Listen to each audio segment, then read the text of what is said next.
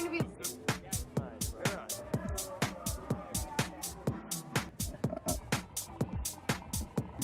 This is Eyes on New Jersey News.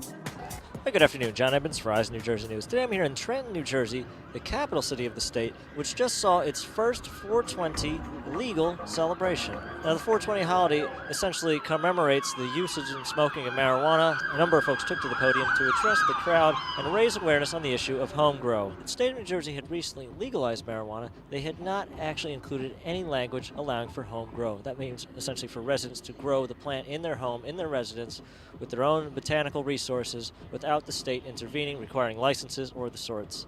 Some of the speakers included activists, influential speakers, and small business owners. Let's hear what some of the folks here had to say. Medical cannabis oil. It does not stop the hospital, the administrators from running you out the door with it. It's disgusting the way patients get treated in a hospital setting. It happened at Robert Wood Johnson. It happened at Monmouth Medical Center, where the police actually got called into both hospitals. And after Jeff dealing with such a huge liver operation, hours later we had to deal with the police. The Coalition for Medical Marijuana in New Jersey is a nonprofit 501c3 educational organization and public charity in New Jersey. We were formed in 2003, and we were instrumental in getting a bill introduced into the legislature in 2005 and passed into law in 2010. We have a couple of goals. We're looking for a home cultivation for patients at least, and we're looking for a full implementation of the Jake Honig law. There's still a lot of things about the Jake Honig law that passed in July of 2019 that still have not been implemented, like home delivery, institutional caregivers, and finally we're also looking to bring medical marijuana to institutionalized patients in New Jersey. I worked in a psychiatric hospital and I worked in the prison system, and I know that patients and inmates in these systems need access to medical marijuana. They have qualifying conditions and they would be healthier, and healthcare costs would go down if we could provide the appropriate medicine to these institutionalized patients. Sense was formed in 2005. The idea was formed. Getting medical cannabis, taking it home with you, keeping it on you, traveling anywhere, being really a free person. And of course, for some of us, we wait for permission by our government. Looking at the laws as a CPA, I read constitutional law. I used IRS law. For 10 years, I was reading all about the legislation and how to turn something of a free market model into a reality. 2015 was when CannaSense formed, and we launched the website which allowed for telemedicine. The Affordable Health Care Act of 2010 by Obama actually ensured that you could do telemedicine, see a doctor virtually, and get your recommendation done. So that opened up the technology for anyone, anywhere, seeing a doctor virtually, getting a recommendation. Following that, you had, of course, the insurance of the acts between different states. That opened it up for our program to begin. So, like Senator Gopal of Monmouth, a Democrat introduced a bill that allows some adult use and some medical. So I think that would be like a really great bill, like a lot of people would like to see.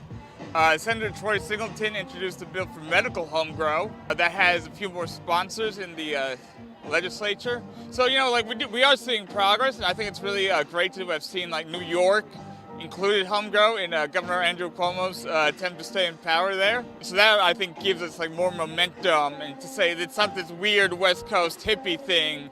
This is something the East Coast can do and do it manageably. OCW is here to support patient rights. We believe that patients' rights will also protect the adult use industry as well, as far as quality and consistency. We're here to let the patients know that we're here to make sure they have reliable medicine, and part of that is through also a reliable workforce. We've worked really hard over the last few years to fight for labor rights within the cannabis industry, from seed to sale, and also in New Jersey, even the build-out is going to be done union, so it'll be social equity within these communities that have been affected, offering people to learn a new trade. Today is a big celebration for the patients. Advocating at the town council years back to start growing the marijuana, manufacturing the marijuana to bring our taxes down. No one wanted to listen to us. Of course, in Edison, New Jersey, always 10 steps behind instead of being 10 steps ahead. The 12 dispensaries that they got here, the state-run dispensaries, they don't even have full extraction cannabis oil, that the real medicine that the patients need. They don't even have that available. Patients need to go buy a $500 ounce, go home, become a scientist, and then extract this cannabis oil, and then that's the life-saving medicine. Some people have to do this for their 5-year-old child. You know, some people have to do this to fight cancer. And you know how much cannabis oil a cancer patient needs? They need to consume a gram of oil daily.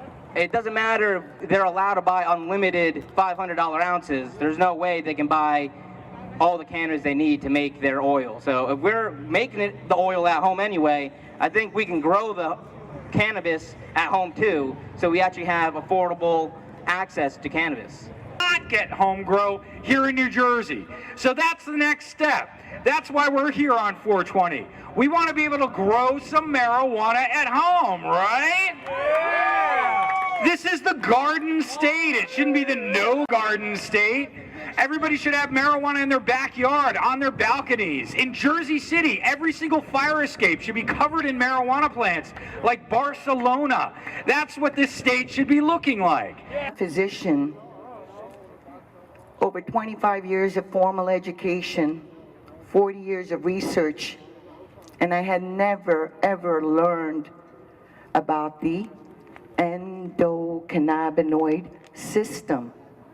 Because there's an injustice. Because this is not new. This plant is 600 million years old with the system. Call cannabis the entrance to a better quality of life and an exit from pharmaceuticals, narcotics, alcohol, and nicotine.